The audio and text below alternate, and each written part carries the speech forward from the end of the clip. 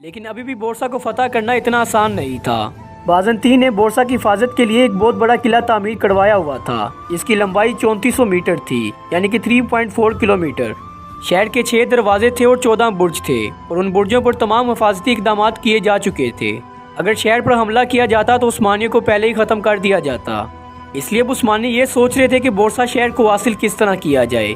یہاں ایک طرف عثمانی فوج بورسا شہر میں داخل ہونے کا راستہ ڈھونڈ رہی تھی، وہیں دوسری طرف عثمان غازی جو کہ شدید بیمار ہو جاتے ہیں، وہ بورسا کا محاصرہ چھوڑ کر وہاں سے چلے جاتے ہیں۔ اب ان تمام سپاہیوں کی قیادت عثمان غازی کے بڑے بیٹے اورخان غازی کر رہے تھے۔ اورخان غازی ایک لمبے عرصے تک اس قلعے کی فتح کے لیے راستہ تلاش کرتے رہے، اور آخر عثمان غازی کے بیٹے اورخان غازی نے ایک راستہ تلاش کر لیا۔ بورسا کے جنوب کی طرف ایک علاقہ تھا جو کہ ادرانوس کے نام سے جانا جاتا تھا، اور اسے بورسا کی کنجی کہا جاتا تھا۔ اب اورخان غازی کو یقین تھا اگر وہ اس شہر کو فتح کرنا چاہتے ہیں تو ادرانوس کو فتح کرنا پڑے گا۔ فروری 1324 کا یہ دن تھا جب عثمان غازی اس دنیا سے رخصت ہوئے۔ اس وقت آپ کی عمر تقریباً 66 سال کے قریب تھی۔ عثمان غازی کی وفات کے بعد ان کے بیٹے اورخان غازی سلطنت عثمانیہ کے دوسرے حکمران مقرر ہو گئے۔ کیونکہ اورخان غازی بورسا کی فتح میں مگن تھے اور بورسا کے کافی علاقے فتح کر چکے تھے، یہی وجہ تھی کہ عثمان غازی کو بھی بورسا میں ہی دفنایا گیا۔